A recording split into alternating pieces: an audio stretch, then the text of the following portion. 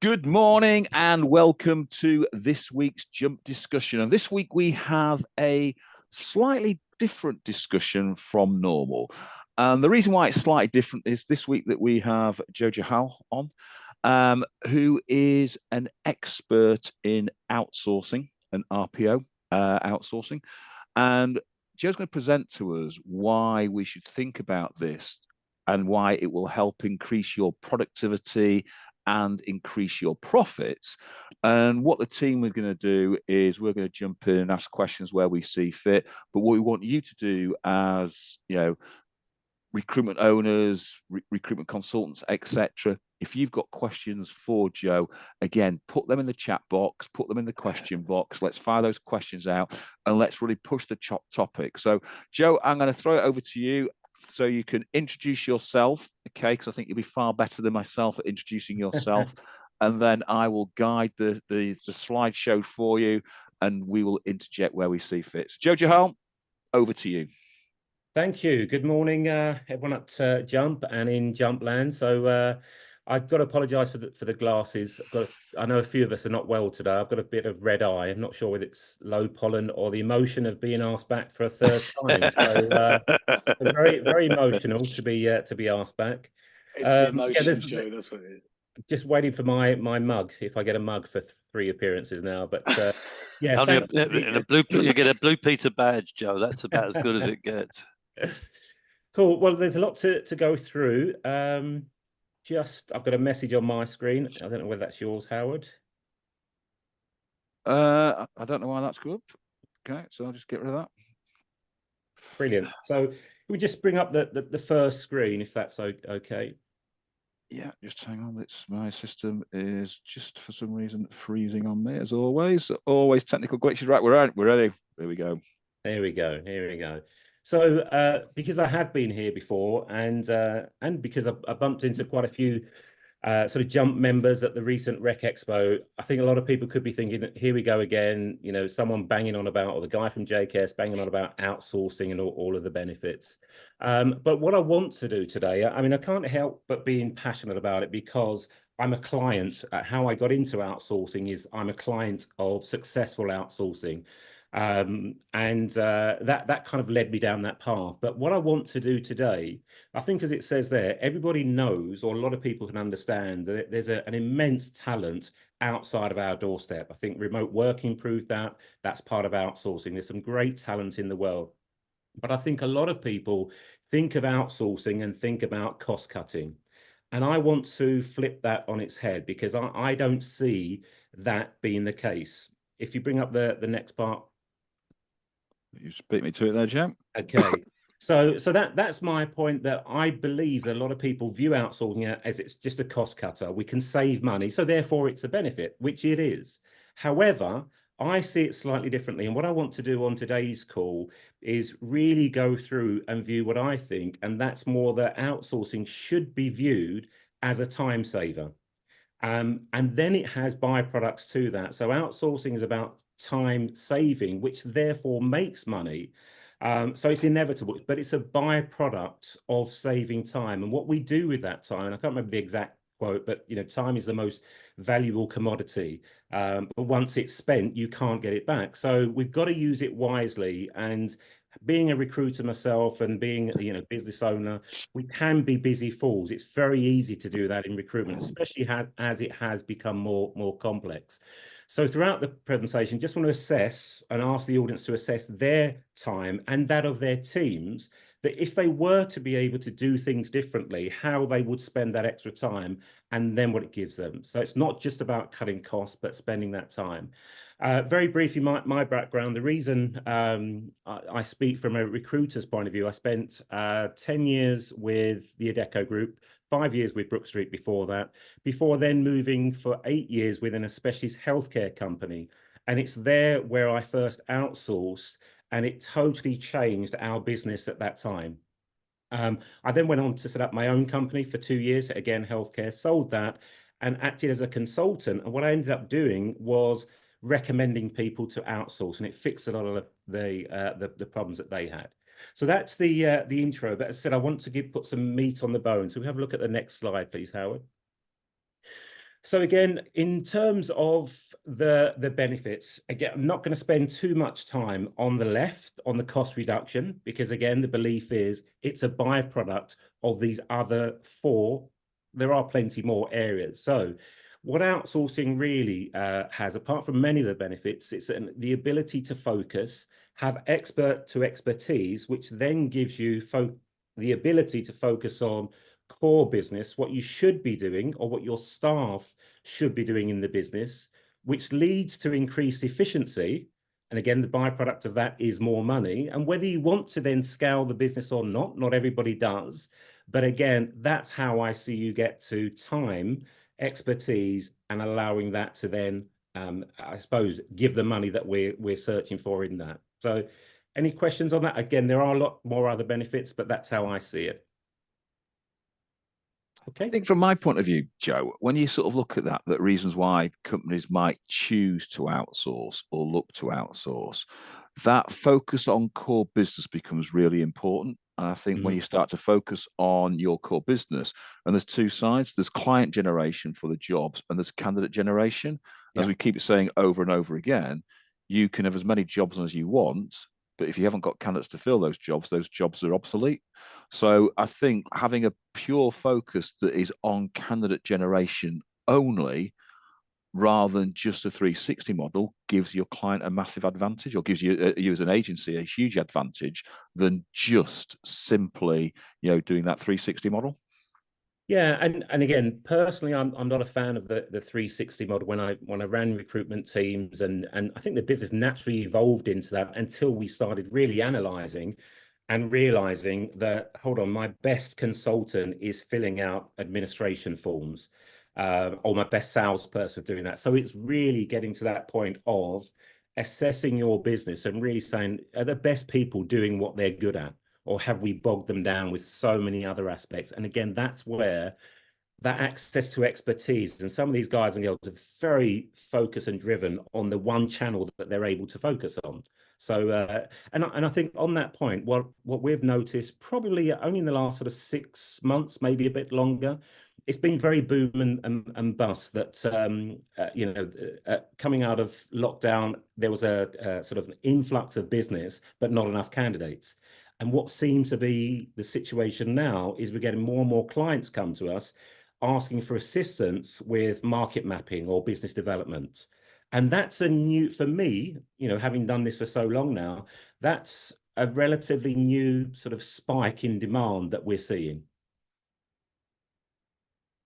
Okay, so part of the problem with outsourcing, again, that guy coming on and banging on about outsourcing again, is there's an abundance of statistics out there, whether it's LinkedIn, journals, great places full of amazing outsourcing stats, but what are they actually outsourcing? It's very seldom. I think it's increasing. Again, we've got more access to recruitment outsourcing stats, but these to me, whilst they all read very good, what are they outsourcing? Is it widgets? Everyone talks about widgets and examples. I don't even think I know what a widget is, but there's different forms of outsourcing. But what we're interested in as a recruiter and as sort of recruitment owners on the call is, what does it mean in terms of recruitment? So the next slide is one of the few slides that I found recently. We used this on LinkedIn, and again, it's good to see that the REC, Neil, and everyone talking more about recruitment outsourcing specifically.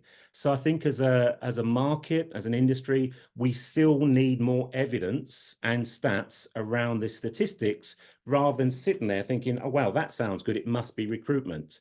But if it says outsourcing or offshoring, it may not necessarily relate to anything that we do, which is why I wanted to give some specific examples today. Okay, so talking about those examples, what I've tried to do is, first of all, answer the question that a lot of people, and again, I think I've seen a recent change in this, with SMEs and business owners starting to realize that there are people like JKS around. There are companies that are small to medium in size that are outsourcing, but there has been a myth, I think, for some time that outsourcing really is just for the larger corporate companies. And And this feeling of, you know, can I really, we're only a one-man band or you know, staff of 3 or 4, can we really outsource? And that's just an example of time and time again, the types of clients that we come across have initially thought they don't have a need, or there's no one in the market to actually cater for them. They tend to associate, you know, we're a small team, we're not a Capgemini, we're not a Michael Page or Reed with this huge ability to outsource and spend on that. So can SMEs? Well, again, moving on, the answer to that is absolutely. And in fact, that's most of our client base. I've only got two clients that fall into the 20 plus UK staff in terms of size. And I think, again, it's more that you could, in some ways, and it'd be interesting to see if anyone else has a view on this, but in some ways you could argue that outsourcing is more suited to the SME. Because if you think about it, what tends to happen in larger companies or large corporations is, of course, they have a bigger budget generally, but it also means they've got access to lots of resource. So if Susie from Watford, for example, leaves suddenly without giving any notice, the branch can then phone, right, Billy from St Albans, get yourself across to Watford and caretake until we can do that, i.e. they've got contingency. So you could say that the downside, and, you know, being a small business myself, we've grown now, is that having that contingency plan is one of the reasons I think an SME should look at outsourcing. The other reason as well, as I talked about this kind of boom or bust, is that the first thing that tends to go, or maybe the second after marketing, is, you know, BD. Or in fact, when everyone's busy, BD tends to go, maybe marketing excels. And now what the vast majority, as I mentioned earlier, of my clients are coming to us to say, we need support in BD, but because it's been forgotten about for 2 years. I know that's a subject we've talked upon, or Jump have talked upon previously.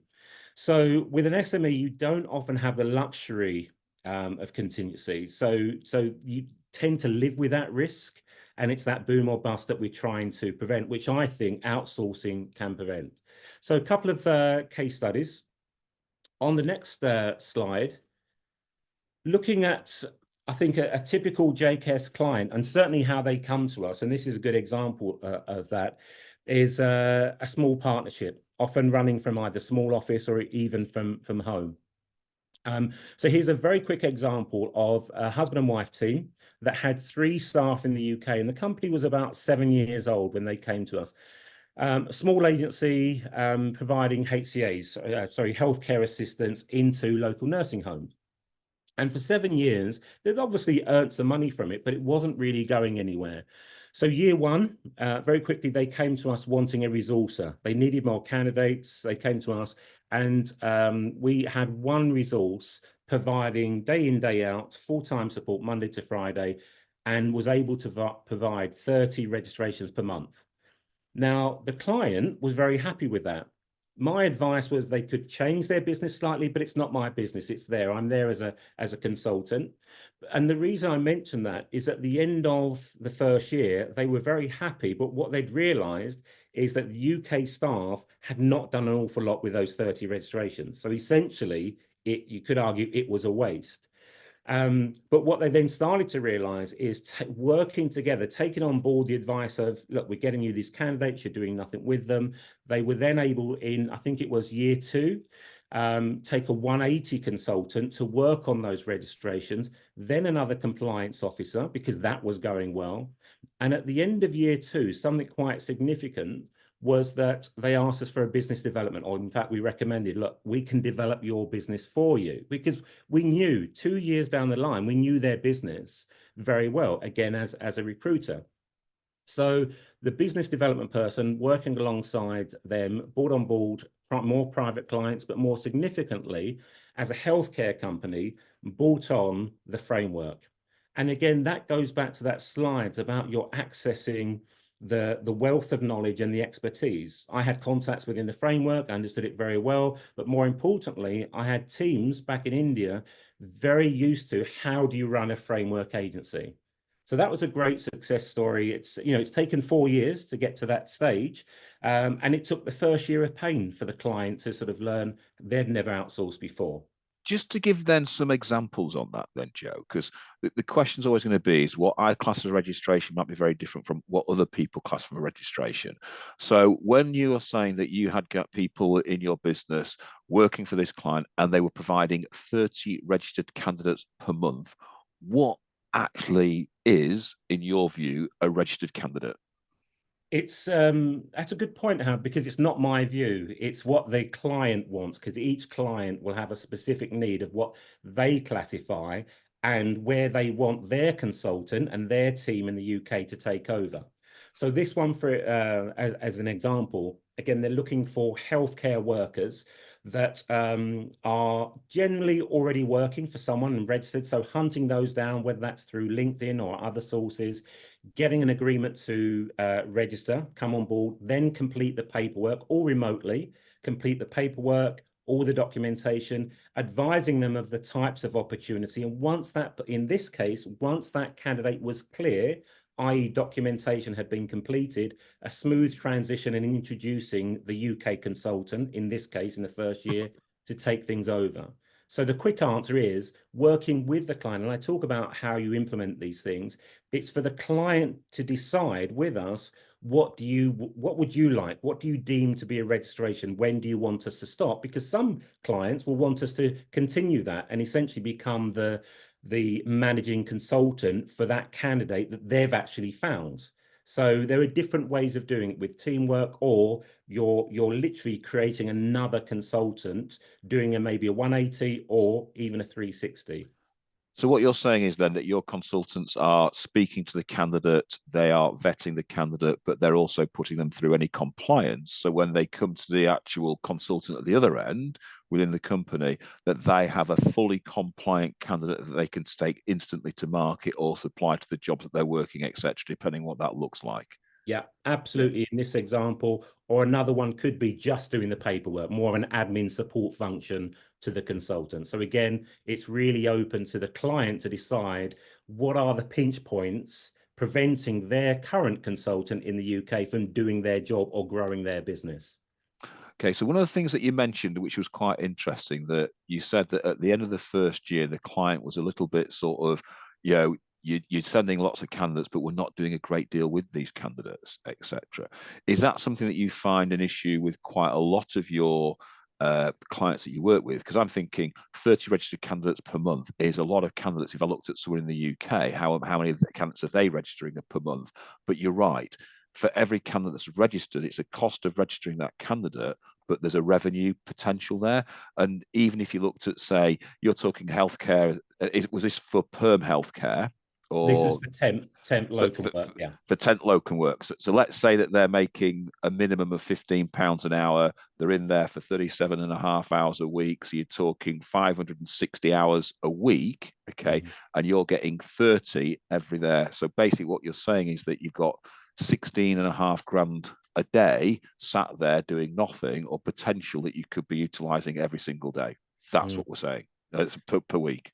Yeah, absolutely. And to answer that point at the beginning, Howard, it was at year end, it was very frustrating because in our regular meetings, either face to face or over the phone with the account team at JKS, we could see the pattern, but it's not our business. It's up to the client. We can only advise. Actually, it's month 2 of the, let's say, 50 people that we've found you, only 5 have been contacted. So we can recognize that with the stakeholder back in the business and highlight that. And again, to answer your question, about 50, I would say it's probably even 50% of clients that I work with, it can be a very frustrating first year because I think that trust isn't always there. But the 50 that do go into it sort of, right, tell us how we can benefit from your experience of the countless companies that have done this with you previously. So it's just being able to act together as one. And the frustrating thing here was month after month, very early on, and I'd meet the client face to face quarterly and kind of say, I think we can do more because your guys here aren't able to place these or aren't doing that. Let's look at the reasons why. So it is a mixture. It's very client driven and dependent. So Gordon's just jumped in a question that I was just about to ask the same question. So good minds think alike there, Gordon, is that you were talking about resource. Is your BD and resource only offered for the UK market? Because a lot of our clients have international arms as well. Yeah, no, it's not. And again, I've got an example. If we go forward, Gordon, I'll answer that. All right, so let's move forward then, Joe. Let's go forward. Well, I've tried to cover as many different types of examples as I can. So again, next size of client that we deal with is typically an agency with 6 to 10 employees back here. And again, here's a mixture of examples from that client. General staffing agency, providing white collar workers primarily, but also coming out of lockdown a couple of years ago, started to venture into a little bit of IT. And that was interesting for us as well, because that's a market that we have a lot of very talented individuals with. So what happened as they came out of lockdown, as a lot of businesses benefited from that sort of boom area, they found that they couldn't recruit here in the UK. Either people wanted, were moving about. It was to find good consultants anywhere is very hard. So they came to us in the back end of 2021. I think from memory, someone had left. We ended up providing a resourcer to work very closely with their UK perms consultant. So our young lady was working very closely with their young lady, supporting her in a resourcing. They worked together, I think, for the first year and started to develop. It's like back in my day, I'm sure that Paul remember an ATC and an APC, assistant temps consultant, etc. So what we had here was a very good APC and a team developing. And they were very happy that the end of, well, first of all, the UK consultant was very happy because they felt that they had consistent daily support. And our person was very happy because they'd gone from being a resourcer at the beginning of this, or an assistant, to then they were promoted to a 180 degree consultant working for this client. And we diverted that individual onto more of IT, which was something that the client was interested, and that was booming at the time as well. And then since then, we've backfilled that person to another resourcer. So after this time, it's still only a team of 2, but a couple of stats here that's interesting. Fill rates we were able to assist up 27%. Hard to really define. Again, it was a booming market, but the stats that they'd provided could see the assistance coming from the delivery from our person. The 25%, that's an interesting one because that's from the client. That was me asking them a question on the back of knowing coming on this call. And the owner was saying, well, I think probably a quarter of our time now has been freed up for that consultant and for someone else to now focus on what they should be doing. So that stat is from them. And from the team that have joined them, they've got staff retention. And interesting, what we seem to be getting back now is that our staff for our clients seem to be staying longer. Yeah, of course we have leavers, but typically because our staff will be focusing for this client solely on this client, should someone leave, it's not like they're taking your business with them, which can happen in the UK. We've all had that fear of someone going to a competitor. So our person may go to another outsourcing organization, but they'll work specifically on one client. That's typically how things work. And then reduction in overheads. So again, from a cost point of view, typically it's 50 to 60% cheaper to outsource to somewhere like India, for example, again, for experienced and very talented staff. So that's a medium-sized company. And on the large one, so again, I mentioned that from our point of view, I've only got 2 clients in the UK that have over 20 staff. In fact, one of them, going back to Gordon, is an international client. I have operations in Spain, Germany, and now the Far East as well, which is an interesting one because we help them with that. So the first point is that one of the companies is a top 100 recruitment company. They're very well known. They're on our website if people want to sort of check out names and name testimonials. And they specialize in C-suite, high board level and legal appointments. So initially, they first came to us for two reasons. One is they didn't want to go with one of the larger outsourcing, what I'd say corporates. There are companies, and I won't name names and provide free advertising, but there are some great companies, and there are 1 or 2 that are 3,000 and 4,000 strong. So essentially that becomes a corporate company. And what this company felt was they weren't going to get the bespoke and niche treatment that they could do with a smaller agency or outsourcer, being ourselves. So they came to us with 2 vacancies. I'll try and speed up now. One being an international receptionist, and the other being a contracts, I suppose, not advisory, but someone that will check the contracts. They send out a lot of contracts on a daily basis. So quite unique and not typically, I think, not typically associated with outsourcing. So it was filling their hard to fill vacancies. And actually the 2 people have now been with them for 3 years and 4 years respectively with us, but still working in those same roles. And that's the whole point with this, that they wanted that kind of, can you do this? Can you work very closely? Because it was quite challenging to find those. But what we also did for them, again, coming back to that international point, was they already had European operations. They wanted to launch in specifically the Far East, Hong Kong and Singapore. No client knowledge, so no client database. So we discussed market mapping. And what we started with 2 individuals for them, given a very, very strict remit, find companies of X, Y, Z size that do this and in this geographical area. So that's all our 2 people did, I think from memory, for about 3 months, just providing this information and then filtering. The next bit was quite interesting, because once that proved to the clients, their assessment was, yes, there's work there, they decided that they needed some consultants on the ground there. And it just, that whole exercise saved someone on a UK salary doing quite a, it's a thankless task. It wasn't thankless, they were very grateful, but it's not an easy task, day in, day out, to do that for 2 or 3 months. Then we were asked to find the consultants in Hong Kong and Singapore.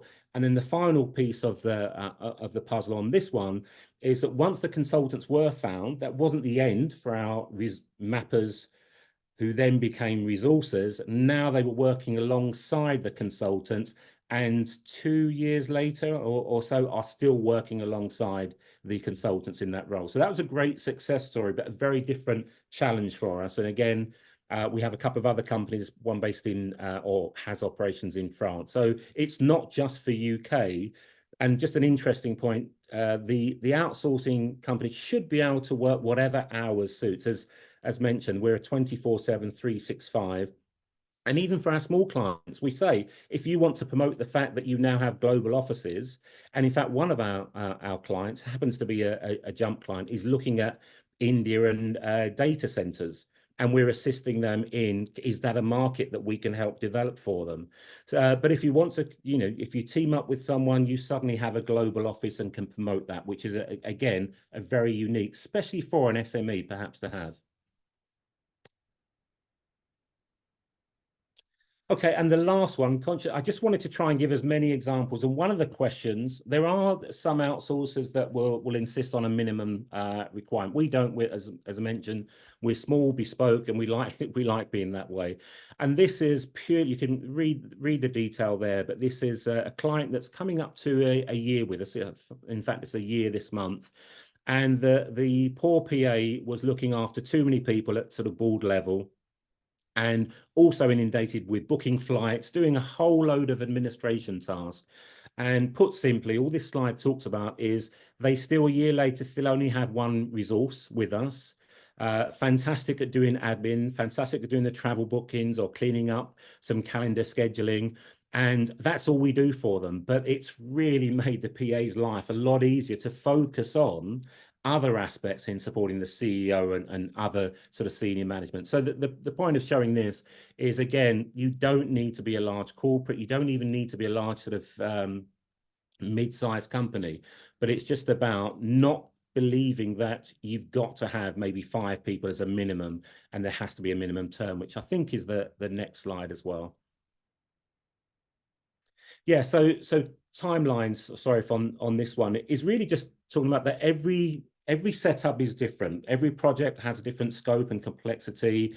Every business owner wants different things from this. And then it comes down to resource availability. So for example, that international receptionist we had to find, had to have the ability of dealing with people calling with from Spain, Germany, and overseas. That was hard to find, but we did that.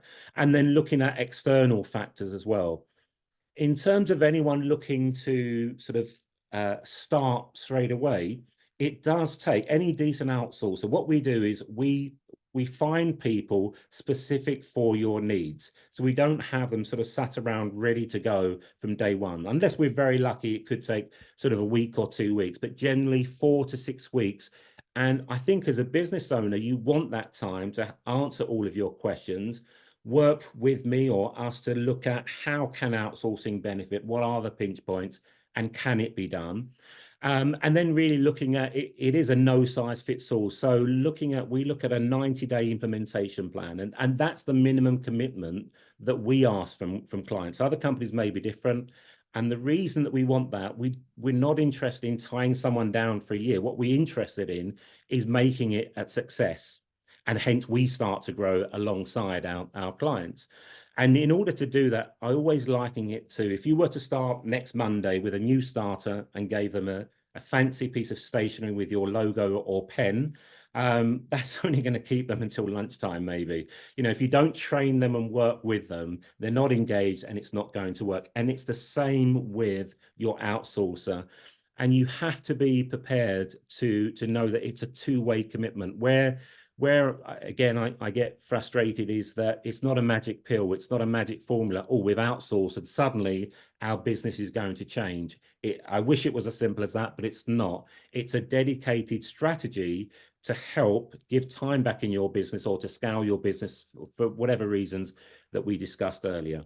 So let's look at that, Joe, because obviously, you know, we've worked with joint clients that have gone through this process, etc., and some have succeeded, some have failed. If you looked at this as a, you know, outsourcing brand new company coming to you, what would you say are the biggest issues that they have that fail, and what would you do to counter those to ensure that it's a success? Because you're right, what you're saying there, you've got to treat the people like your own staff to get them through there. But obviously, they're not their own staff, are they? Your staff. So how's this process properly work? And where have you seen it fail, and where have you seen it really blossom? Yeah.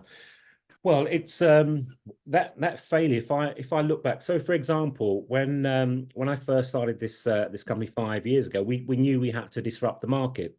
So my view was, we're not going to ask for a year's contract. We're not even going to ask. We asked for a 30-day rolling contract from day one.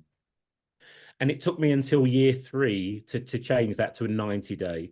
And the reason was our failures have been when someone decides to outsource, and by week 3, they haven't turned up for the joint call. So either I'm sat there or I'm account manager to discuss what we're doing, what we need to do, and they're busy. And now it's at the stage where, wrongly or rightly, and I'm open to advice on this, I don't chase, if someone comes to us or if someone passes me a lead, I don't chase that client more than 2 or 3 times. If I've told them about the benefits of outsourcing, they've given me that time, and they haven't got, and it sounds quite harsh, but if they're too busy and haven't got that time, I know I'm just setting us both up for failure. So it's really assessing that, are you ready to make this strategic change? Because that's what it is to your business. That is going to take at least 90 days of your time as the owner, or possibly a key stakeholder. Now, a key stakeholder could be your best resourcer. It could be, but someone that's accountable for working very, very closely with us.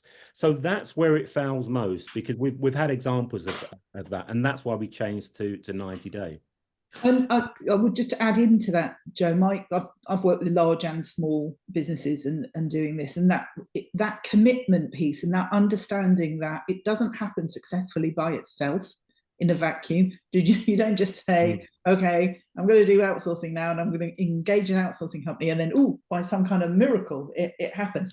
It is actually quite hard work, right? The payoff, if you get it right, is phenomenal. But there is a lot of work involved in it. And that 90-day implementation plan and having key stakeholders and communicating effectively both ways and really deeply engaging in the process is absolutely the key to whether this works or doesn't work.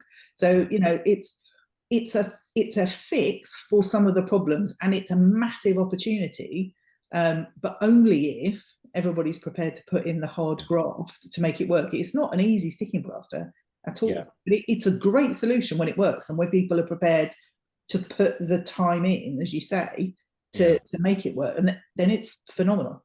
No, but going at it half-assed is just not the right thing to do. It's not going to work. I can't remember the Yoda quote, but you can't try out to do or not do. That's it. you've got to do it. And you know, I'd like to, if I'm being completely honest, I'd like to make that 90-day commitment longer, but I don't want to hold people down, because it can be daunting, particularly for SMEs or anyone that hasn't outsourced before. It is a change of strategy. So what we're saying is, and it comes back to your point, Howard, I know that if a client commits to work with us at the same level that we're working on it for 90 days, we won't lose them, and they're going to be happy, because I've got every single client that's done that, they're still with us. And that brings me on to your second point, Howard, is, you know, what does good look like? And I'd slightly disagree with, I know technically these aren't your employees. If you're engaging with an outsourcer, of course, we pay the local taxes, we pay the, you know, the equivalent of NI, all you're paying for is a service. But the clients, and I've got a great example, I'm going to plug my JKS sweatshirt, but on Friday I fly out to India. So I go there every quarter, and it kind of ties in with this. So every quarter I do not just reviews with my account managers there, but I train the staff on behalf of my client. I've been a recruiter for 32 years. I'd like to think that I know how to recruit. So I train, but I've got a client, I've got not quite half my suitcase, but I've got 15 client logo shirts, nothing to do with JKS, for their team with us. A couple of spare ones, but that they want, and they're so good. They're going out there themselves in, I think, next month. For the second time, and that's not something that you have to do, but their business has grown significantly to the point we run an out of hours service for them. They had, coming out of lockdown, huge problems. And another example where they were generating about 30,000 a month in out of hours gross margin. That's now between 50 to 60, almost half the cost that they used to have. So they're delighted. That's why they can afford to fly out there, because they want to train their team and appreciate their team. So to me, forget that technically I employ them. Yes, I do. But please see them as your staff. And that's when it works. I agree. You absolutely have to engage with these people, every individual, as if they work for you. Yeah. So have them involved in your culture, have them involved in your team meetings, have them involved in your reward schemes, whatever it is, but absolutely treat them as if you're the same. Howard, can I pick up on Leanne's question? I was just about to pick up on it as well, but go for it. Yeah. So Leanne's asked him, is the offer more suitable to niche sector or the volume of the same role? So in my opinion, Joe, it's great for a niche sector and it's great for volumes, but it's not it absolutely can work in any setting. So I've seen outsourcing work in any setting, Leanne. The key thing is that you very clearly work out what it is you want the outsourced resource to do, and you communicate that very clearly and you manage it very clearly. So it works in any sector, it works in any type of role, it works in a variety of places, but you've got to do the planning and the strategy to say, what do I want this resource to do? And to give the right training, set the right goals, have the right follow-up, have the right communication, have the right work, in exactly the same way you would if you were engaging somebody to work for you in your office, in your business. Do you want to add to that? I'll just kind of add to that, because it made me think of something else as well. So we work with a fair few healthcare, and again, that's a lot of my background as well. But I've got another reason why I think that's the case as well. Across IT, engineering, more recently, banking and finance, small, medium as large. So I've tried to pick a diverse, even a couple of industrial clients as well. So it's a complete mixture, because the work and the process is the same, as we all know, that it's the process that you're purchasing, if you like, and the expertise. But I was thinking about this the other day, that so I outsourced as a director for a healthcare company back in 2010. That's when I first traveled to India to really understand what was going on, and that grew significantly and completely changed our business, made it very successful. Healthcare, it has been outsourcing for quite some time, and I thought about this, and I think it's more to do with that healthcare became fastest fills very early on. They went online with portals. That's a process. And what I think, certainly what we found, is all of a sudden my best consultant is staring at an NHS portal trying to beat someone else. Now, aren't we better outsourcing that element so my best consultant can get on the phone or get in the car and go and see people? Now, I think that more recently with public sector, for example, is happening more and more. So I think that's potentially why different types of companies are now looking at this, is because recruitment is very different from many years ago, and how that individual is or how that, be it a temp or permanent, is purchased. So that's my kind of take on why that may be the case, but it's certainly changing. Yeah, I think that's really valid, Joe, that we defined the different tasks in healthcare recruitment a really long time ago. We thought really carefully about what the processes were. We broke it down into the component parts of the process, rather than, as you say, having a fantastic 360 recruiter submitting candidates to portals, which is just bonkers. I think healthcare recruitment changed a long time ago. But sorry, go on. So let's define that a little bit further then, because that's niche sector. So you're saying it's multi-sector, etc. So let's define that further down. I can see perm really well. What about temp or contract that's very quick moving, very fast moving?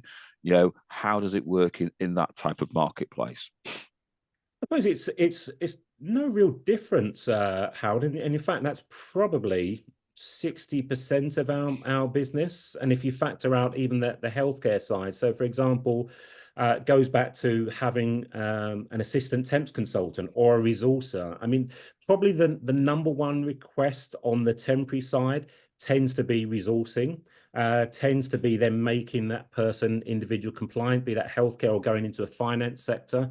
So there's a lot of paperwork that goes along with the temp transaction that perhaps is not as cumbersome on the permanent side. So administration and sourcing takes a big part, but that can also be, for example, on the industrial client, we're forever chasing timesheets. No real surprises there for anyone that's worked with industrial staffs in a warehouse. So we assist with the whole timesheet, and now for that particular client, a payroll element. That's another element of outsourcing, finance and back office. We haven't touched on that today, but we do finance and back office. That again has become a very you can go into Zero and do everything. So there's a whole load of admin support, I think, goes along with the temp side, but also hand in hand with resourcing, which has to be, I think, high volume, whereas perms, as we know, is you're looking for a particular fits for a particular geographic area. You may have temp business that is quite broad, but is very hard to coax people out from the temp work they're already doing. So I don't think there's a real difference in that. And we had a couple of Yoda quotes. I don't know why I suddenly thought of this is the way, Mandalorian, for anyone that I was going to say that's not Yoda. That's not Yoda, but it's Star Wars related, and it's kind of saying from obviously as a convert to outsourcing, I said, being in the other side of it and outsourcing and seeing what it did to, my business. It wasn't my business, but seeing what it did for my part of the business and how it really changed things from a very reluctant start to where it is. So I think there's a long way for outsourcing to go, but it's becoming a little bit more mainstream. People are starting to understand it. I don't think it's to be feared. It should be more as an add-on to your existing business to deal with changing times. So not being a Star Wars fan, never seen a Star Wars film. No idea. Yeah. No idea. never, no idea who a Mandalorian is, etc. You've never lived. What we're saying is never seen Greece either. What we're also saying then is that what we're talking about is doesn't matter what level of person that you're trying to source, whether it's CEO, board level, right down to national minimum wage. Doesn't matter what marketplace that you're looking at. What you're saying is that outsourcing can cater for it all, okay, if that you start to look in the right direction. And when you take these people on, you embrace what you're saying to them with how you interact with these people and how you onboard these people into your business. Therefore, you can make outsourcing a very cost-effective way. And what I'm going to do is I'm going to try link this back to AI, because a lot of the stuff that you're talking about is the stuff that people say, AI is going to do this, but you've got a human version of AI, which is a cost-effective way to get candidates to you, do business development for you, and other outsourcing products, as in back office products, etc. in that way. That's what we're trying to say here, Joe. Am I correct? Absolutely. Once I get over the shock of that you haven't seen Greece, I can maybe answer that. But yeah, it is entirely that, Howard. And the simplest way that I put it to answer that question is that back in 2020, when we all locked down, some of us had remote workers in Hertfordshire, Leeds. Some of us had remote workers in India. The job was still done. And that to me is really, just view it as, if we had to, and that comes back to contingency as well, something we haven't talked about. I gave the example of someone leaving and a corporate can quickly fill it, but it's harder for an SME. God forbid we have another type of lockdown or civil outbreak, and whatever the reason is, that it's a contingency for remote working. Then it comes down to the quality of that remote work and the quality of your training of that remote worker. And guess what? That's business as normal for all of us. So next week, then, we have a completely new webinar on why I've not watched Greece and why I've not watched next time you're in my neck of the woods, Howard, any Star Wars. Yeah. So next week we're going to advance this on again. We're talking about business development, etc. We'll talk about how we're going to do that. But Joe, I think it's been very enlightening, sort of listening to your version of outsourcing. It's very interesting. This is your third time on, and it's interesting the growth and the difference and how it's improved over those certain 3 years. How your service has improved, and certainly some of the clients that I've been working with that sort of work with yourself as well, how they've benefited from embracing the actual process, and how outsourcing, and I'll go back to when I first sort of came across outsourcing in the sort of late 1990s, early 2000s, how it's absolutely changed from what it used to be to where it is now, and how it can be a very profitable part of your business. Ladies and gents, I want to thank you for your time. Oh, there's a hand up. So, Mick, have you got a question to ask me before we disappear, or is it hands up by mistake? Because sometimes I get a lot of people with their hands up by mistake. So if you want to come on, Mick, just drop it. Oh, it's a mistake, Mick Jones. It's a mistake. Hands up. So, ladies and gents, thanks very much for your time. It's been much appreciated. We look forward to seeing you next week. Joe, thank you for your time as always. I think it's may the force be with you, but I can't even bring myself to say that, really. At least you know the reference, yeah. Yeah. Well, I couldn't. I've got to be honest. What I couldn't get from Greece's point of view, Olivia Newton-John was 28 at the time when she played it, and the girl that played Rizzo was 34, and I couldn't get that through my head that they're playing 16-year-olds. Still a classic film. It blew my mind. But there you go. But thank you very much. See you all next week. It's been much appreciated, and we'll catch you all later. Thank you very much. Bye. Thanks, Joe. Bye.